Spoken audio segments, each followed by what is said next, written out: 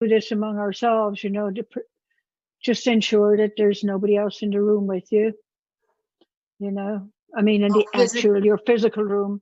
Right. Sometimes my dog joins me. Yeah. Well, does the pack get to stay, or we have to go away? No, the pack has to go. Sorry. Okay, that's what because I think I did it once a long time ago. Yeah. Okay, no problem. You can do it. You don't need me. Okay, let's see. Oh, we're right up on 4. Do we have, Christy, do we have a quorum at this point yet? I believe we do. Yes, we do. Great. Okay. Well, everybody ready to go? Yep. Let's go. Okay. Do it. Okay, great. Well, good afternoon, everybody, and welcome to the November 18th meeting of the Humboldt County Association of Governments. And as we have been doing since March of this year, and pursuant to the governor's order, this meeting is via Zoom. And we'll let people know as we go along how you can join to make comments if you so wish on any agenda item. But with this, I'm going to call the meeting to order. And let's have a roll call on that, please. Okay, Mayor Jones, Here. Mayor Seaman, Here. Councilmember Smith,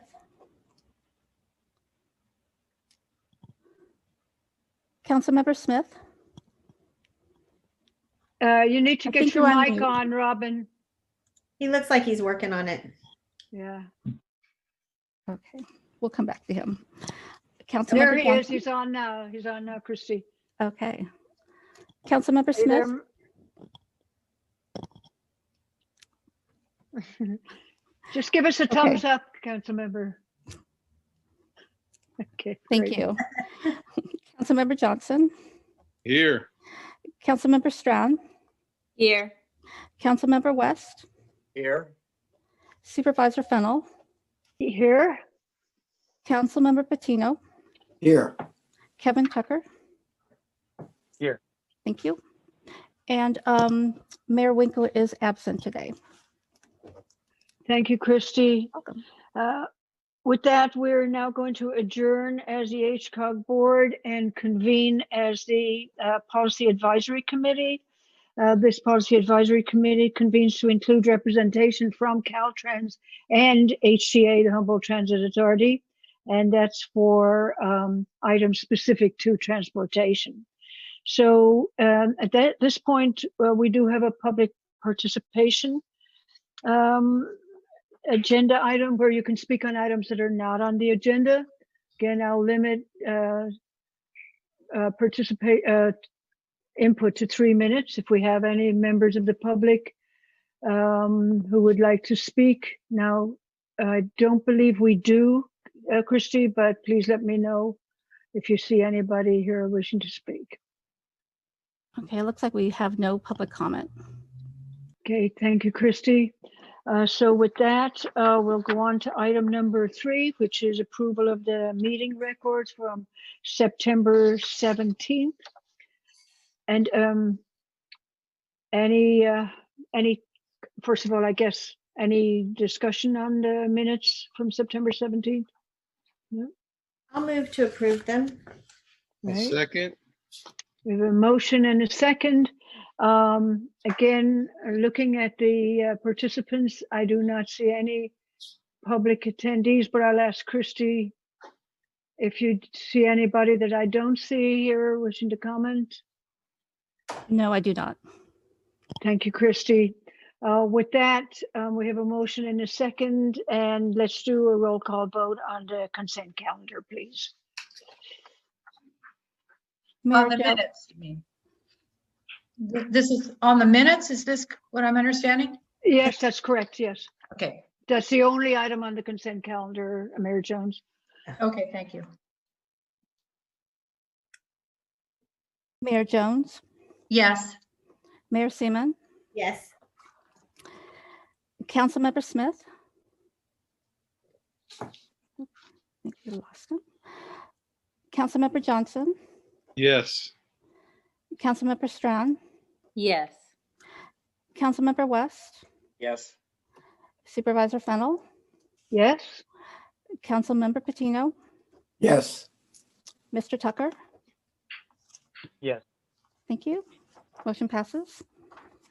thank you very much, Christy. Now, I'm not sure if everybody's seen this note, but item 5A, which was a presentation on the Eureka Broadway Multimodal Corridor Plan, has been pulled from this agenda. The presentation isn't ready yet. Is that correct, Una? Yeah, this is Marcella. Oh, Marcella, it was Marcella. Yeah, right. The Sorry. document was not ready for to release to the public yet. The project team hasn't had a chance to review it. And so Okay. the vision was we need a document in addition to a Yes. presentation. And the plan Yeah. will be for the board to consider it, hopefully at the December meeting, the draft document. And then we'll have another month before the board has the option or the consideration to approve it or not. So we want to give the public. Understanding is that the draft document's like 100 pages long, so it'd be nice for us to have more than a couple days to read it. Can we get? Yes. So I just thought it best to delay it for a month, and we'll try to get it out as soon as possible. Thank you, Marcella. And let me just say, it's great to see you. You've been joining us via phone for the last while. Very nice. Yeah, I to dug see my you. personal computer out of the closet, and it was Windows 10, so it took like a couple hours for things to upload. But That's great. Great. Good to see you. So that will bring us to item 5B. And this comes to us from Una Smith, Senior Planner, and it is a Regional Early Action Planning Program for Accelerating Housing Opportunities. Welcome, Una. Thank you. Thank you very much. So this is a presentation, just informational, and definitely here to answer questions. I am practicing brevity, so I'm going to go through this hopefully shorter than longer, because I realize I can always give you more of my time, but I can't give you time back. So just chime in anytime if I am going too fast. And with that, I will start off that what I'm going to overview today is first just the overview of what is the REAP program, then HCOG's roles and responsibilities with this funding, and then the intended outcomes with the funding that both we got and funding for the whole region. Are there any problems so far with the slideshow? No, it's perfect. Working real Great. well. Okay. So the first part is overviewing what is this Regional Early Action Planning Grant Program. Many of you probably will recognize that it echoes the LEAP program for local early action planning for housing, of which some local jurisdictions have already got some of their grants through that.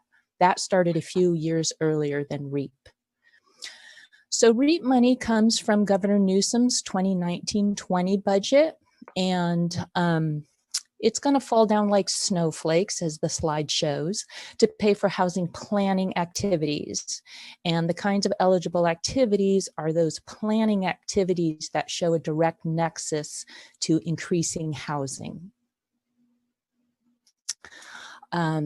The money is going through the State Department, Housing and Community Development, and they are funneling most of the money through two pipes, as it were. So most of it goes to Cogs as the regional entity. Where that doesn't apply, it'll go straight to counties. And then they also have awarded a really big contract for technical assistance. So some private consultants will be working statewide to give housing technical assistance.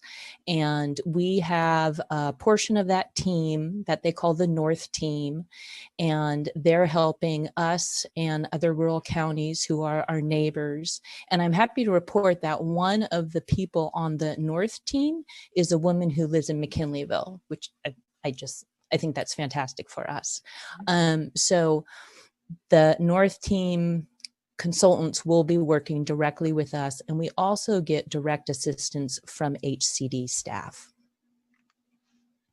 So what do we have to do with this money? Basically, the board's role is determine how can the REAP money be used in our region best and most effectively to increase housing production.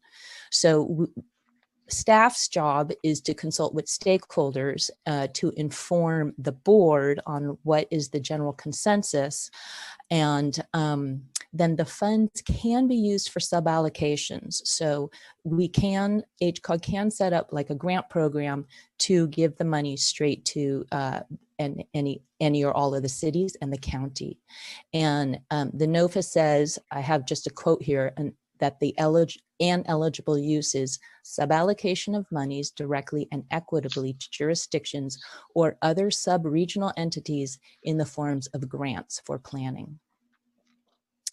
And if we did sub-allocate the kind of technical assistance and other planning tasks that the money can be spent on is anything, again, that improves housing planning, such as your permitting process.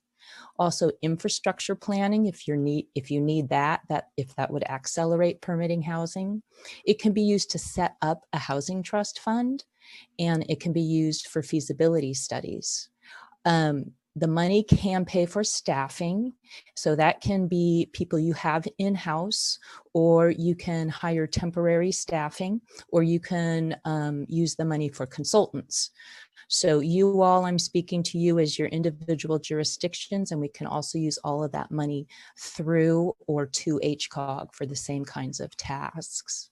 So the technical assistance stuff, this is a slide from another COG, and what they're doing is offering a consulting bench to all of their jurisdictions. And so as requested, the jurisdictions might pick anything on this diagram, like, yes, we want help on our housing element. And so that COG is going to pay for consultants to help that jurisdiction on their housing element. So here's just a couple of the ideas of needs that either technical assistance from consultants or maybe from the statewide technical assistance team can help any jurisdiction on with. Okay, so what is our COG's role and responsibility specifically in this? So we have $783,000. It's one-time funding. The program allowed the COGs to ask for an advance of up to 25%. HCOG requested 8%. And we front-loaded that mostly to help us work in the beginning months to apply for then the full funding. So HCOG may not, we definitely won't use all the 60,000 for the application, but we may use it later. So there is 92% left, or about $723,000 to decide how will we apply for that in January. So I think one of the first questions that pops into many people's minds is how much money are we talking about if we sub-allocate?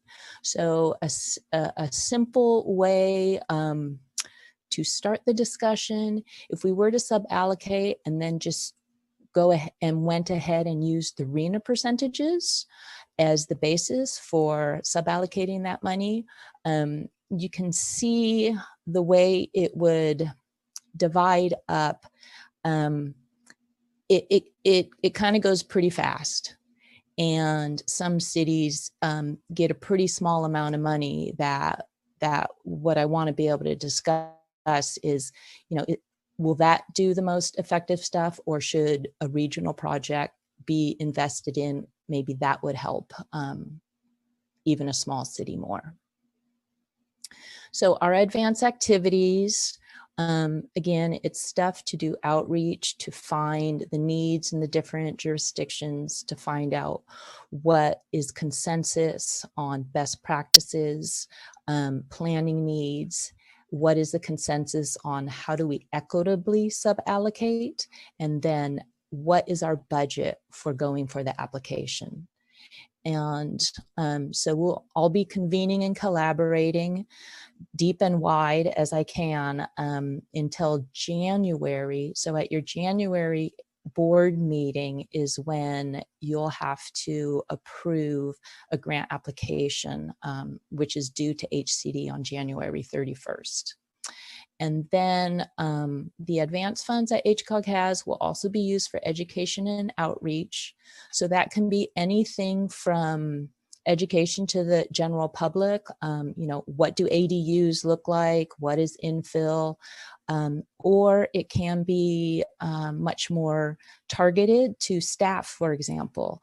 If there are workshops that housing planning staff want to help them, then that kind of education can also, HCOG would fund that.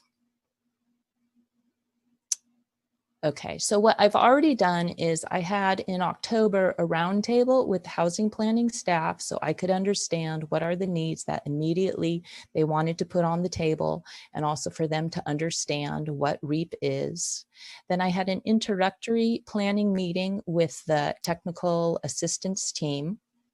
And then I had, on November 9th, we had another roundtable, which was housing planning staff, including CSD staff and the HCD staff and the TA team. And they surveyed our planners to ask, from their perspective of what they're going to be able to offer our region, what were planners interested in. So I don't think any of this will come as surprises to anyone here, but just as a really quick, tell me what are your biggest barriers. This word cloud shows what the different jurisdictions said are the biggest barriers. And you can see the biggest ones were spelling. It was no participation in infill, and then and people who could do ADUs just weren't interested in having an accessory dwelling unit. And then also locations near transportation. And then you can see the other things that they're all tied to one another as well. So then the TA team surveyed, what on a regional collaborative aspect, what kind of opportunities would help you the most. And the thing that came out the top for the people at that meeting were the job, housings, transportation nexus and balance, and then also a regional sites inventory. So that means for the whole county, what are the sites that are perhaps easiest to build on fastest? So for example, they'd have the least environmental constraints, and then some nexus studies and other stuff came in third and fourth. And then they asked them just open-ended question, what is missing in the support that you would need to address housing in your community? And you can just see what the participants typed in: interjurisdictional coordination, social justice and racial equity. Again, some property owners just are not interested in developing. Historic preservation, infrastructure, CEQA exemptions, high priority sites, again, helping people with high priority sites with permitting if they are willing and able. And you can see prevailing wage and de-emphasize large developments. So the short-term outcomes that I am working on, to reiterate, get survey of needs, assess priorities from the localities, coordinate and facilitate to find consensus, and identify the best practices for equitable outcomes. My outreach is to all the jurisdictions, governments, and then also housing activity agencies and services. And there's just a short list of some of the people already on our stakeholder list. Community-based organizations and advocacy groups. So this is everything from people who understand the homeless needs in our community to people who know more about what are the barriers directly to developers, to people who are thinking for what are we going to do when our baby boomers who want to stay here and age in place, what's available to them and what's not available to them. And then local professional services, planners, financial, real estate, everything housing touches. I hope those people know that this is available and that they get any of their comments to me.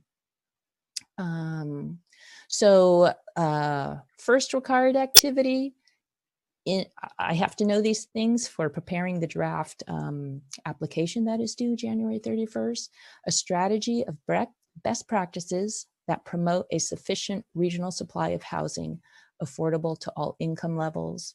And I haven't said it explicitly yet, but I'm sure you know that this is all tied to the RHNA, Regional Housing Needs Assessment allocation numbers that we have to come up with. And then our second required activity, strategy to inform local agencies of the need and benefits of taking early action for regional housing allocations. So the next big important deadline is at the January 21st, when I'll be asking for the resolution to submit the full grant application. And that will be to turn in the grant application on the 31st, asking for our $723,000.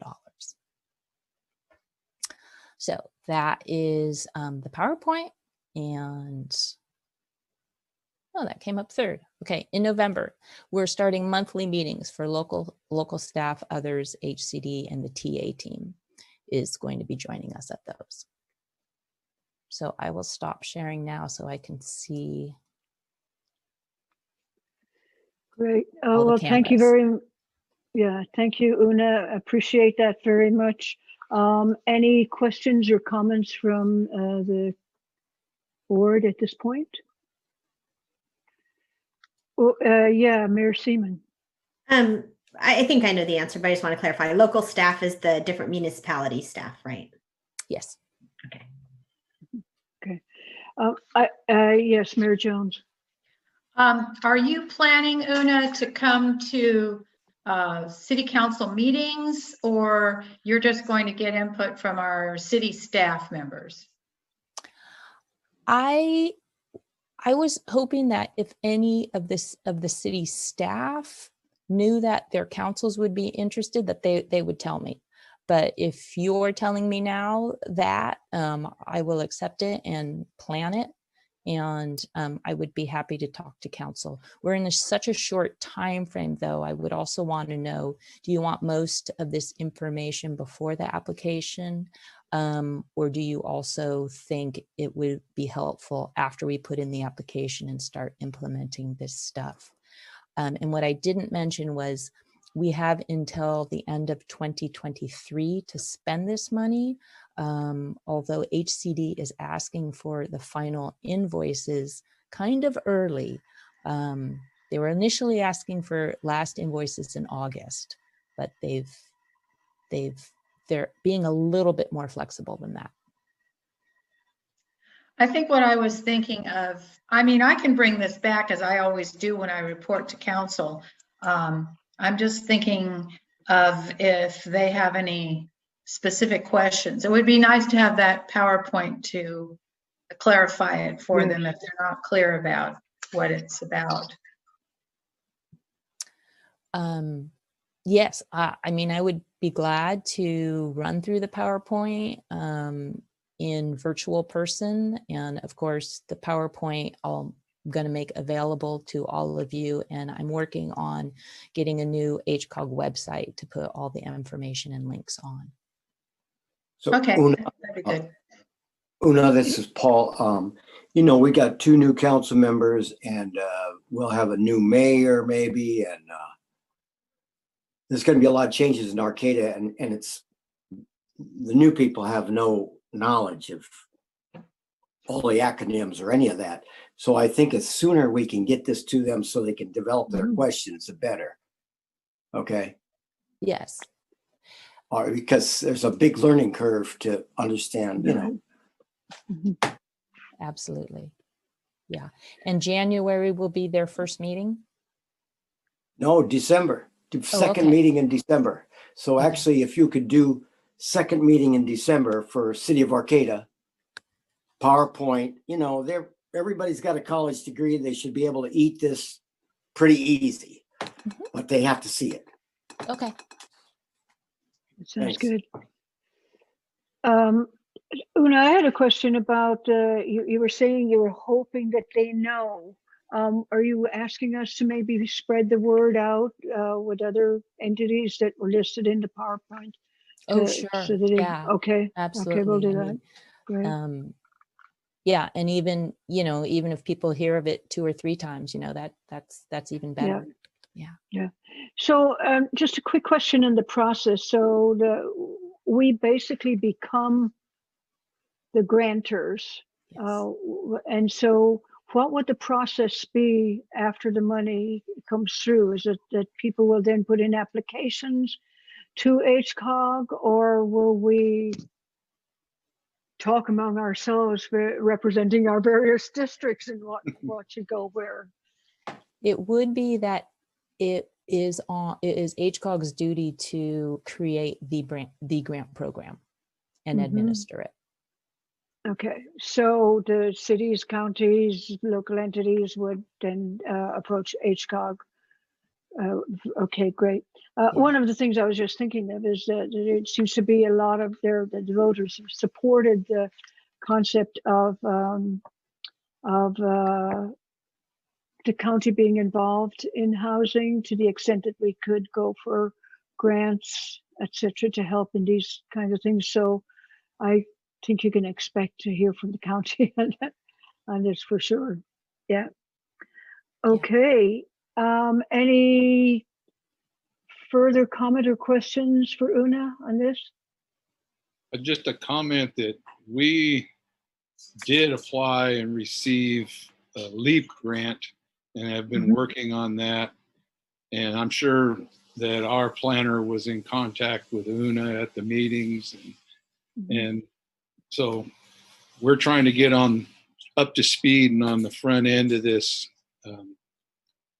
And we have had some success with our people in ADUs. So yeah, hopefully that continues. But anyways, I look forward to this, getting up to speed. And there is, as Council Member Patino said, there is a lot of acronyms involved in this to tack on above the transportation items. So yeah, right. whole new language, so to speak. Yeah. Yeah, it's interesting. I was at the LAFCO meeting just yesterday, and we were talking about which entities might deal with some of this. And,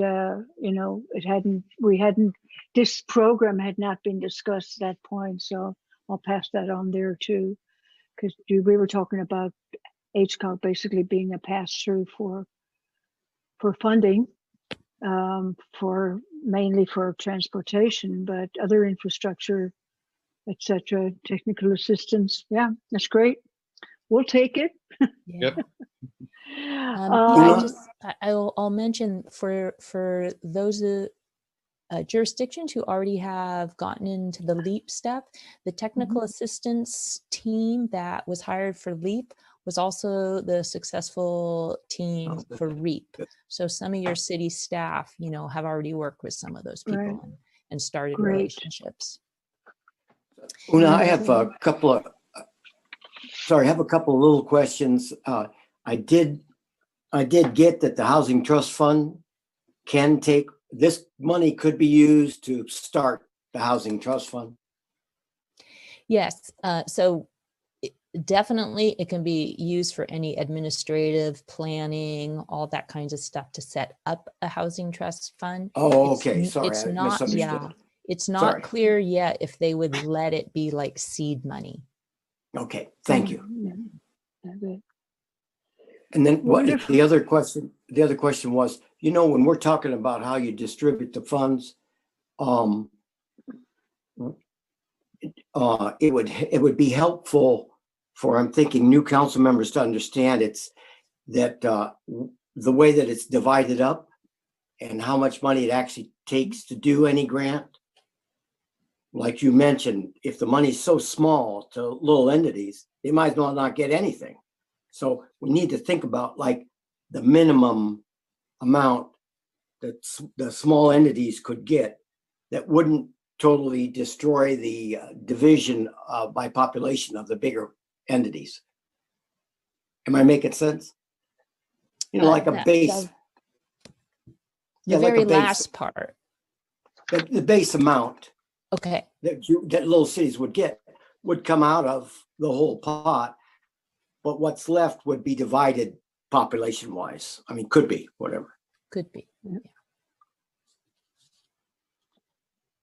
Yeah. I mean, I just started, I did a few of them. I got down as far as Arcata. Rio Del was like a little under 11,000. That was the smallest in the first 5 that I took. But looking at Rio Del, I think that they probably would appreciate any help, you know, technical help they could do in addressing those issues. So I wouldn't want to say just because Absolutely. small amount, it's a small amount that they don't need it, you know. I think that Right, but Blue Lake and Trinidad Mhm. probably are a lot smaller than that. yeah, I didn't go that far down. Trinidad would be less than 4,000 and Blue Lake would be less than 5,000. Okay. And Ferndale would be gotcha. just 7,000. One idea that came up at the second roundtable was, so one of the cities said, well, maybe this money could pay for a regional housing REAP planner. And then that staff person would be available to the smaller cities the way that they have their contract engineers. Mhm. Yeah. So, you know, I could see where a staff person for 2 years helping out would be more valuable than getting $3,800 cash. Yeah. So it's Oh also yeah, definitely yeah, that's a good idea. Well, it's exciting. Let's first get to the point of getting the money double. Let's see, Christy, I still don't see any non-board member attendees, but if there are, I'd like to put this out to public comment. Do we have any public comment on this item? There is no public comment.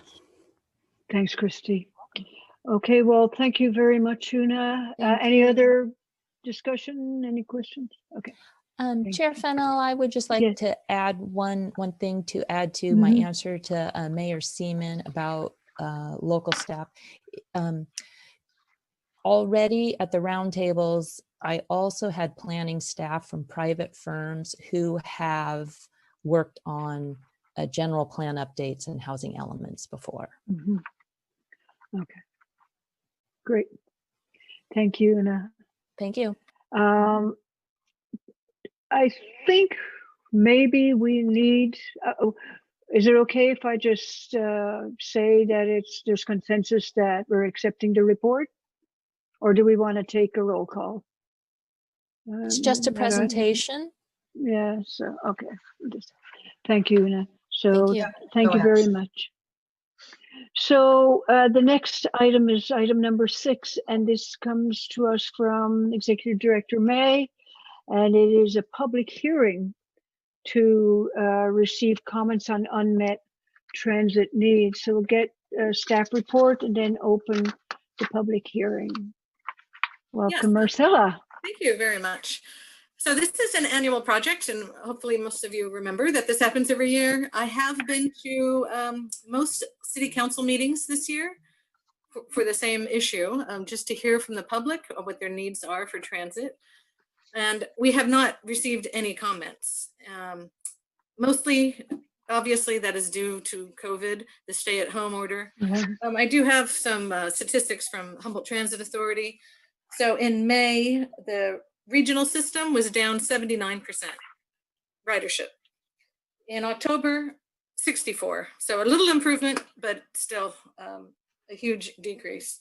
For the Arcata system, in May, 86% of decrease in ridership. October, it got better to 79%. And for the Eureka system, in May, it was 75%, a decrease in ridership, and now it's only 57%. So that's the good news. Yeah, I will say also that with the unmet transit needs, if this board at a meeting next year decides that there are needs reasonable to meet, then those needs need to be met before the funding is used on something not transit related. yeah. I think it'll be a very difficult finding this year to meet the criteria that we have. So when the Social Service Transportation Advisory Council, the SSTAC, who leads this process, they look at the adopted criteria of the board, and they look at operational. Is it safe for a bus? Are there bus stops? And they also look at financial, and we look at the 10% fare box performance measure. So during COVID, it's going to be very difficult to meet that performance measure. So I don't expect any findings next year. I will say though that we did have 2 services planned. In July of this year, we were going to be starting a pilot project of late night system from McKinleyville to Eureka. Right. And that was due from 2 years ago. A lot of students at Humboldt State University petitioned for that. Those funds were redirected when COVID happened for free bus passes. So we will revisit that, the late night service, if things ever go back to whatever normal is. The other pilot project we were going to find funding for this year was additional service during peak hours. So we would have an express bus in the morning and evening. But now that everyone's stay at home, we're not going to start that pilot project yet. But that'll be an automatic thing that this SSTAC will look at. So I don't see any public on this call on the webinar today on the Zoom, but there's still an opportunity to submit comments to us.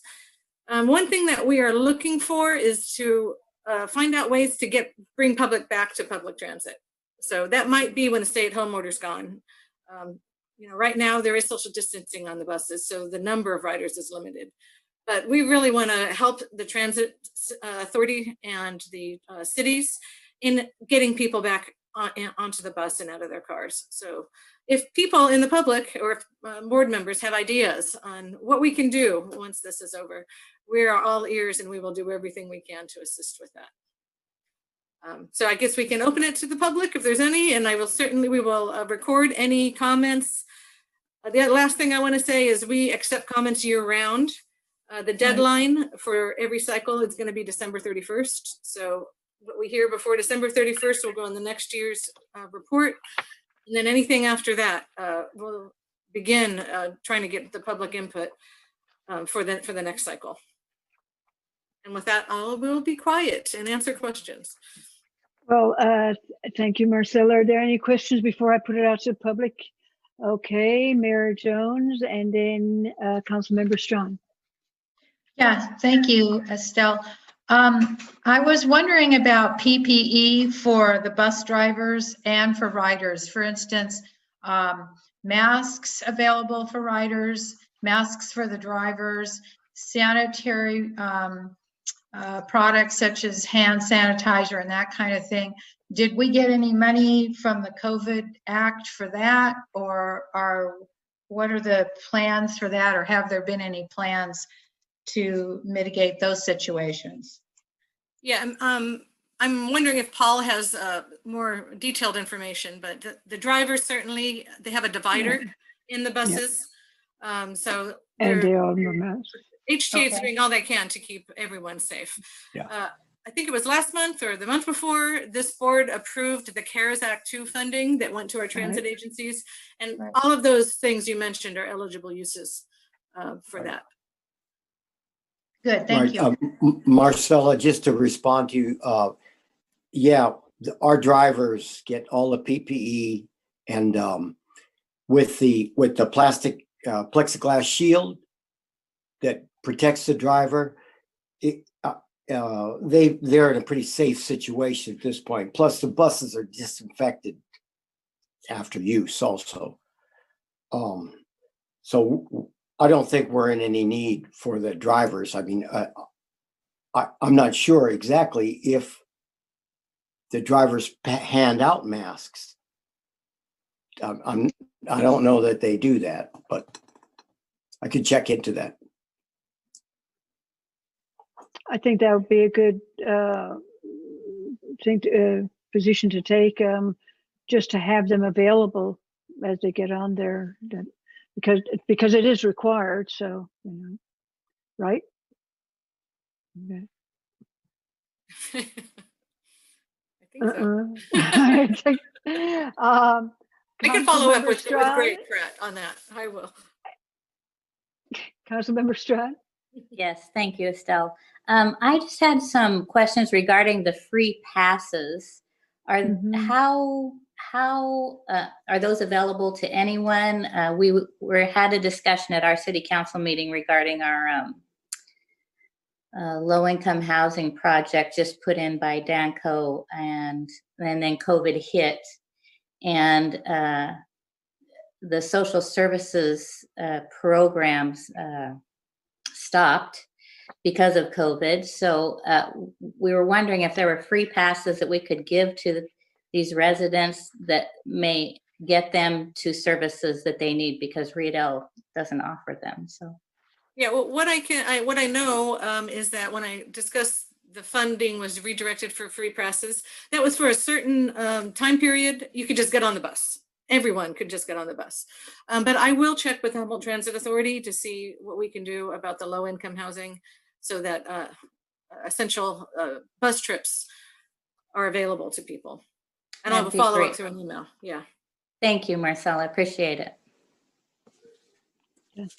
Any further comment before I go out for public comment? Okay, let's go for a public comment. And I think we're going to be in the same situation. I don't see anybody who's hopped on to speak with us. So we'll bring it back to the board, and thank you very much, Marcella. I really appreciate hearing the updated statistics on the ridership. When we were having our public input presentation at the board, that was a question that came up, and so it's good to see that the ridership increased. Of course, now we are in the red tier now. It doesn't preclude people from public transport at all. So I think that, over time, our job is going to be to just say it's safe, it's done very well, and maybe eventually I know that the Joint Information Center has been doing little videos and movies and everything. It might not be a bad idea to work with HCA and do a movie, or little video clips with somebody sitting in there going, yeah, I feel great. I'm glad to be able to use the bus to get back to work, whatever. Are you volunteering to be in the video? I'll volunteer the tick. I'll talk to them. I think it's a good idea. Yeah.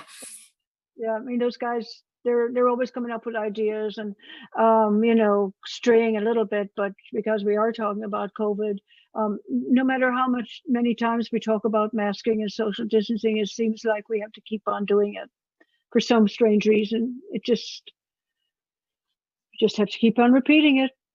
So, that might help. Okie dokie. Any other comments on this? Thank you again, Marcella. I guess people are aware that, well, it's a good sign that there aren't any unmet needs screaming at us, at least, Well, like I said, we have 2 on hold, so yeah, look at those again. Okay, great. Okay, well, I think we need a motion on this one, since this is part of a specific process. Well, we are just looking for public input, so okay. We will just read comments, and I will follow up with the Humboldt Transit Authority. Great, thank you so much, Marcella. I really appreciate it. So now we're going to PAC action items. And that's item number 7 is 7A, and the only item under this is a consolidated transportation services agency goals. And Una is going to be bringing us that. Yes, thank you. Thank you. Una.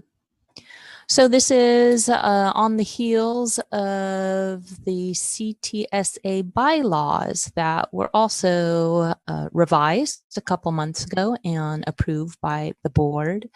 So the CTSA is the Consolidated Transportation Services Agency. We have one because it was legislated a couple decades ago. And HCOG right now is contracting HTA to fill that function of the CTSA. And the major goal and objectives and responsibility of the CTSA is to coordinate all social services that help with transportation and all transportation operators so that there are efficiencies throughout our systems. So the CTSA goals, so HTA has to make, as the CTSA, has to make, or at least propose, what to do when the funding is falls short of the needs. And this is pretty timely because we just talked about the unmet transit needs. And they wanted to open the discussions on, okay, so when we don't have enough money, then what are our priorities? And so the SS TAC had a lot of discussions about how can we give the best direction to a CTSA and be consistent and be in align with HCOG's directives. So that was the impetus for revising the CTSA goals. So I'm going to read more of my staff report than I usually do because this is basically the thing that you are making a motion on today. So this is a draft that I worked with an ad hoc committee, a subcommittee of the SS TAC, an ad hoc subcommittee, and they helped organize and improve language in this. And so this is their unanimous recommendation. So the CTSA goals just starts out with a background on what is a CTSA and why do we have them? And then what is the state's mandated requirements? And then I'm going to read on the second page is then would be HCOG's customized part. And so this is broken up into two chunks. First, the CTSA goals are outlined under 5 points, and then that is joined with strategies for implementing goals, and then there are 4 strategies. So for the goals, I'm just going to read like the first sentence of each of these 5. So they're not in hierarchical order, but so number 1 listed, meet the minimum dial-a-ride fare box recovery ratio required for ADA complementary service and use that as a performance indicator for supplemental service. So I'll just remind you that the complementary service is required by law. So it's stuff that complements a fixed route. And then the supplemental service is what HCOG also pays for paratransit trips for people in outlying areas where there's not fixed route service. So that's not required by the state, but HCOG has done that for many years. All right, and then the second one, make shared ride transportation as affordable as possible for all eligible dial-a-ride riders. The third one, to grow and meet transit demand, fund programs to increase service, that is trip frequency. And fourth, reduce greenhouse gas emissions contributed by transportation while building and maintaining a transportation system that is truly multimodal and equitable. And then administer CTSA duties to advance equity by developing and administering CTSA services that provide service that is equitable, safe, and comfortable for all people. So the strategies for implementing the goals. So this should help a CTSA, whoever is contracted to do it, make the best proposals for how to budget the money. So HCOG, along with the CTSA, shall evaluate requests for extending service hours, expanding service area, and adding service frequency based on the potential of the new service to meet minimum productivity standards or better. B, HCOG, along with the CTSA, shall prioritize funding programs with the highest potential to increase ridership and reduce the number of single occupancy vehicle trips in Humboldt County. C, HCOG, along with the CTSA, shall coordinate long-range transit planning with land use policy, environmental policy, and development projects to help achieve a balanced transportation system. And then D, when weighing the merits of CTSA service strategies, programs, and policies, HCOG, along with CTSA, shall consider the potential benefits and potential harms for mitigating the global climate emergency and achieving state and local greenhouse gas emission goals and targets. And that is the totality of the revised CTSA goals before you. Okay. Thank you, Una. Can we go back to, does anybody need to have this on their screen still? Or can we go back to not sharing that? Okay, I think you can go back to and unshare. Thanks, Una. So any questions or comments for Una on this item? Yeah, Councilmember Johnson? Yes, I just was reading through this and I'm curious as to under strategies for implementing goals, number A, it says applicable minimum productivity standards as outlined in the 5-year transit development plan. I looked at that and I noticed it's laid out with, funding, ridership, and fare box recovery. But I just wondered what the minimum productivity standards are. Yeah. That would foremost be the fare box, and then the standards. I thought that there were things in there also about like cost per passenger, cost per mile, targets that the consultants, when they did the TDP, they were like, these are kind of agreed upon industry standards when you're running most efficiently for a transit. Okay, yeah, I saw those, but they were not labeled as. Okay. So I thought that the nexus is hard to find. Okay, I even looked in the appendix and went through there. Good for you. Okay, so I will look at the wording and change either these or those to make it really clear that which apples are apples. And it might just be my nerdness. I don't know, but it jumped out at me too. It jumped out at me too, Mike. Okay. Okay. Well, I did notice in the TDA or Transit Development Plan, the overall document, there was in the table of contents a section just for that was labeled Transit Development Plan. And I looked at it, but I didn't see anything that jumped out at me to define what the standards were. Okay. Right. Great. Yeah. Good feedback. Thank you. Definitely. Yeah. I hadn't heard that one, so I was curious about it too. Any other questions? I had one, if I could find my glasses, here they are. I'm just curious about sharing rides, just kind of offshoot transportation. Is that affected at all now by the vote that passed Uber and Lyft's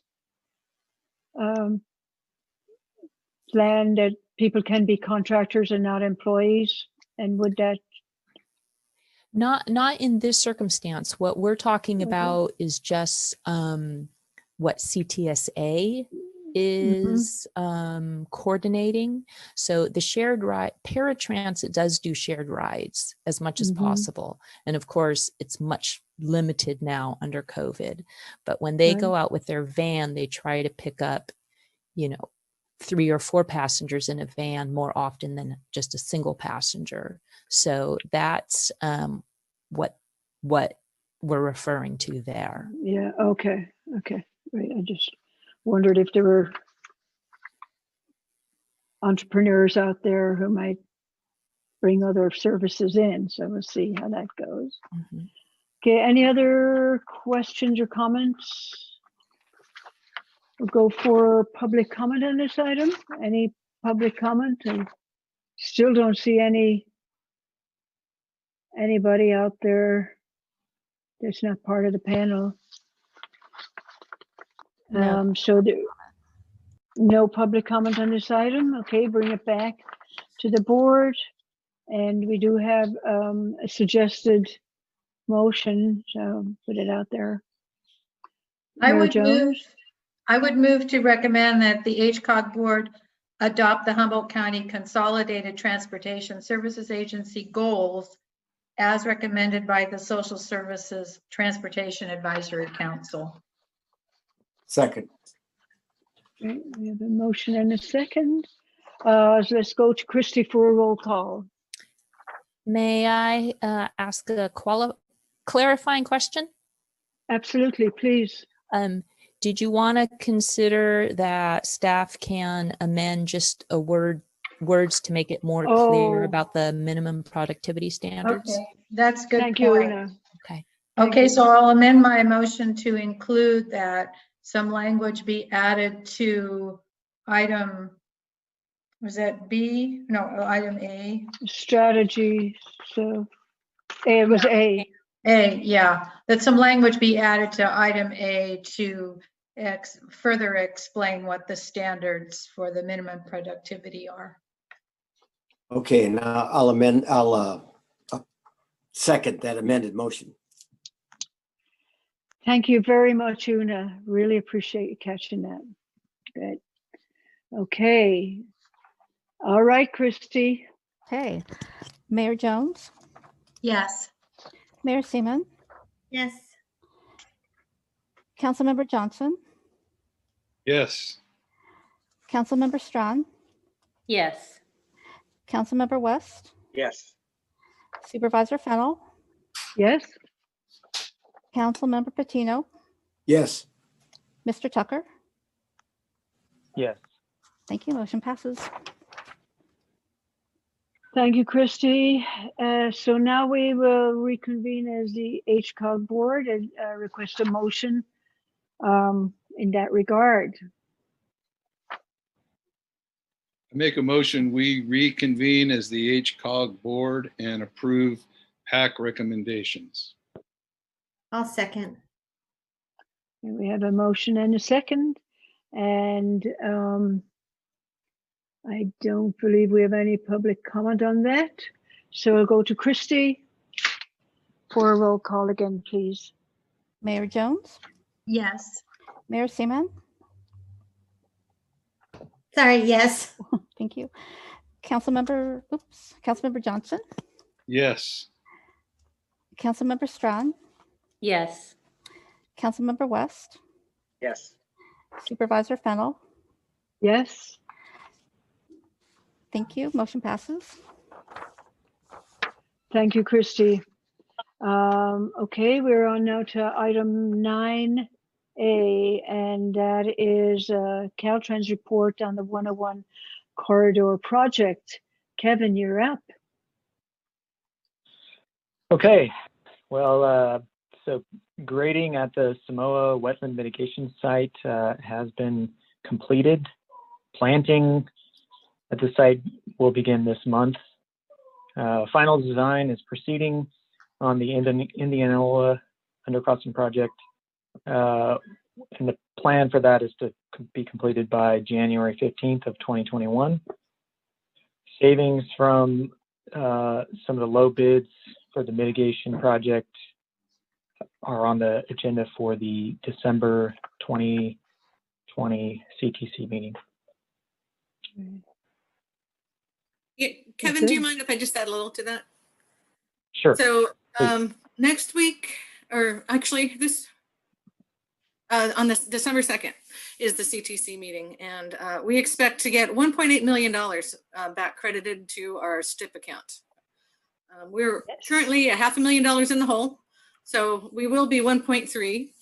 And I do have, we'll be emailing my cohort at the CTC, not a cohort, my contact at the CTC, to see if we can, if we have to wait until the regular STIP cycle to program those funds, or if we can program those immediately. So in January or February.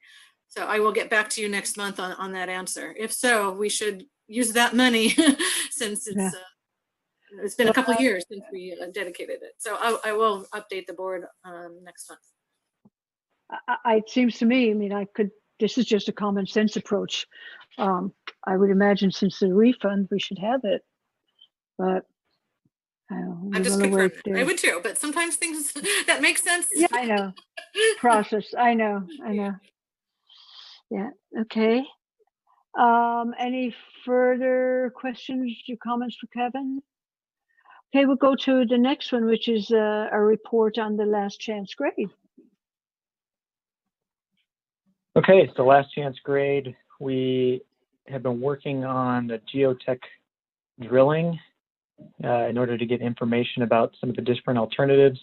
That is 75% complete with the third phase occurring right now, which is the most complicated portion of the geotechnical drilling, which includes helicoptering in the equipment to some of the more remote locations. I wanted to note that tonight is there's a virtual town hall that's starting at 6:30, hosted by Senator McGuire, Congressman Huffman, and Assemblymember Wood. You can find a link to register for the town hall on Senator McGuire's website. The project team is sending out invitations for 4 working groups for the first series of meetings starting this December to talk about narrowing down the current list of alternatives so that we can save money and time on future studies.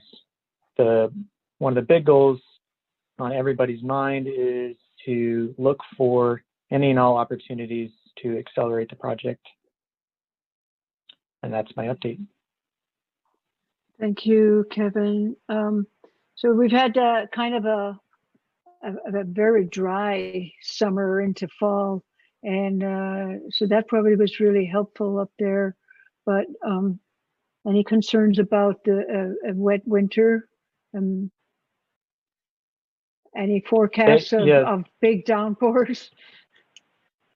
Yeah, Del Norte County is, one of the wettest counties in California, and so yes, there's definitely a correlation between rainfall and landslides, and that's something that we have monitoring equipment in the ground to measure any sort of changes in the level of the ground. And then we also have cameras that are available. You can view those online to see the kind of current state of things. So things are constantly being monitored, and there's a series of projects ongoing in the last chance grade area. So we have boots on the ground, people that are constantly in the area, and there's a couple of big walls going in, and they've been doing a lot of paving and adding fill to get the ground more level and smooth. Yeah, great.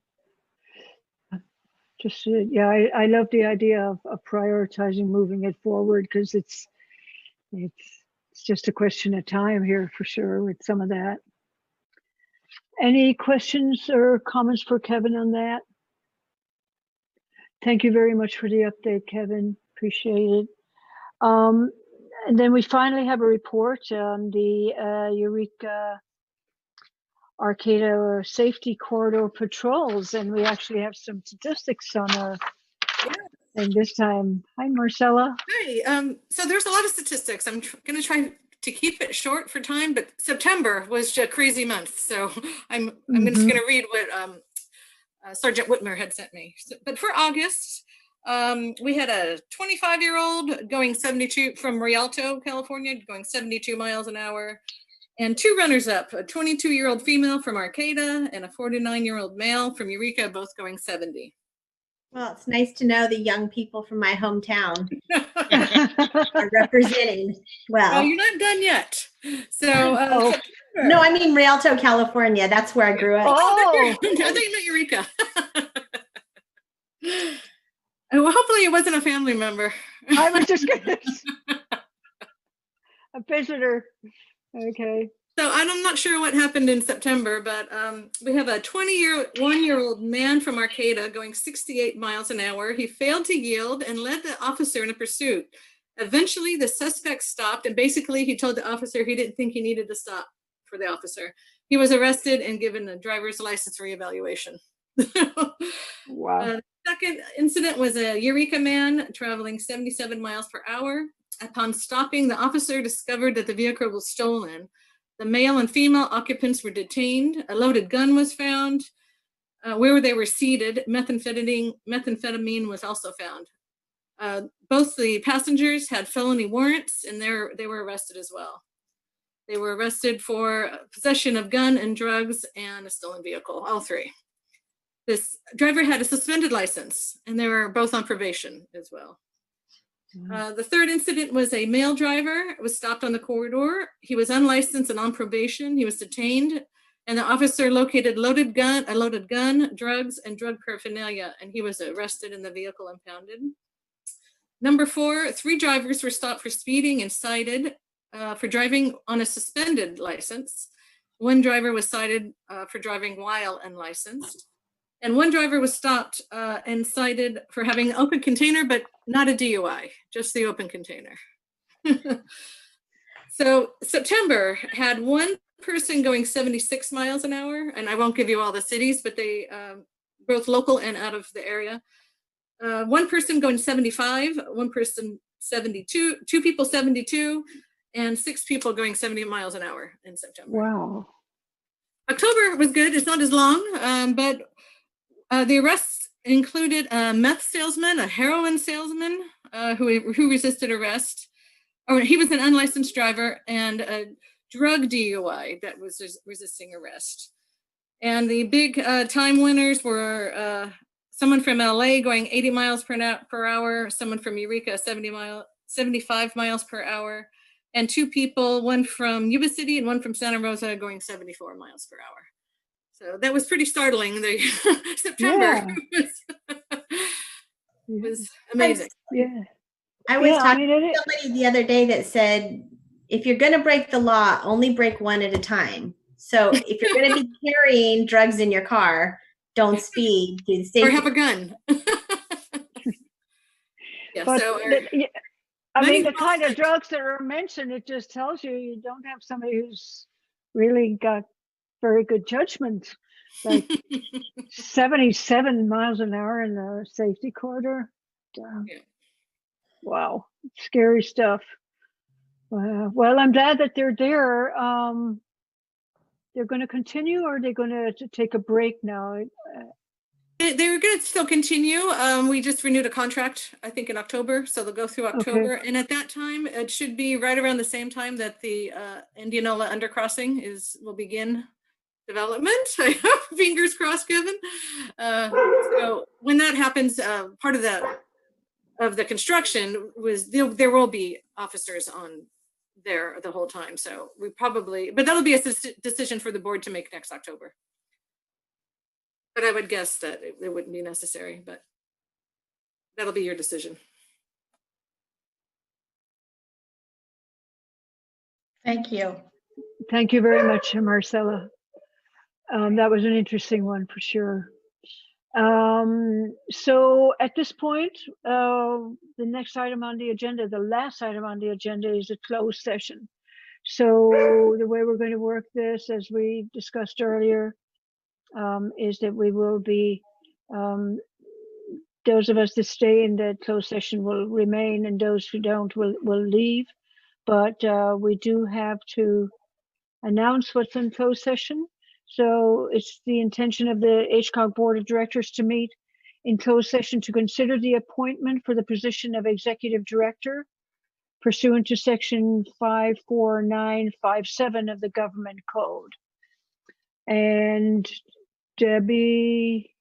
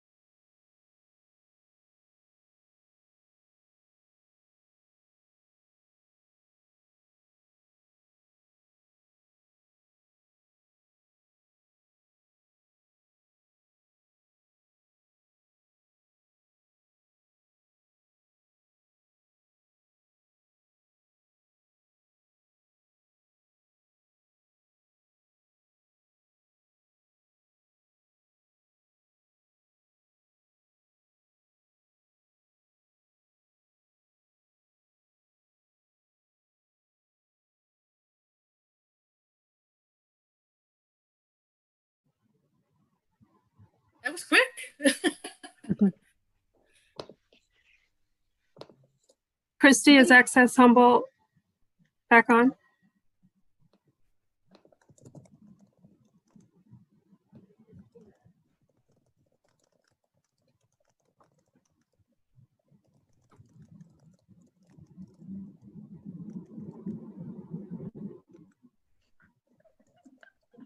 and then we can't hear you very well, Christy. Are we good? Are we good to go?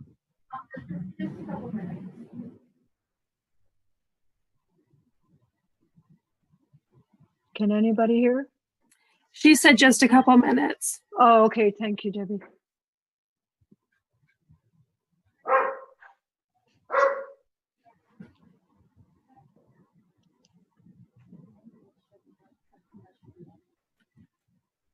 Should I let him in? I would.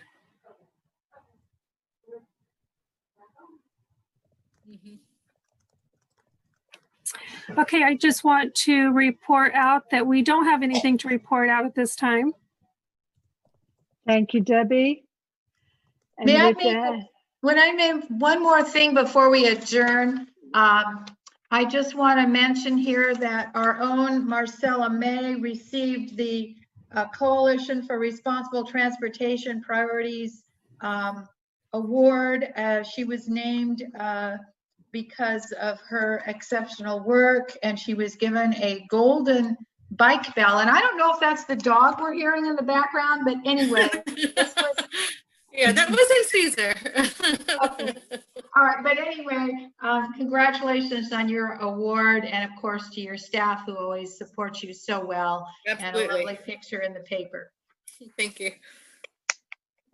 thank you. Congratulations, Marcella. Thank And wish everybody a happy Thanksgiving. Got lots to be thankful for. And we'll see you next time. Thank you. Thank you. Thank you. Bye-bye. Bye. Bye. Bye, everyone. Bye.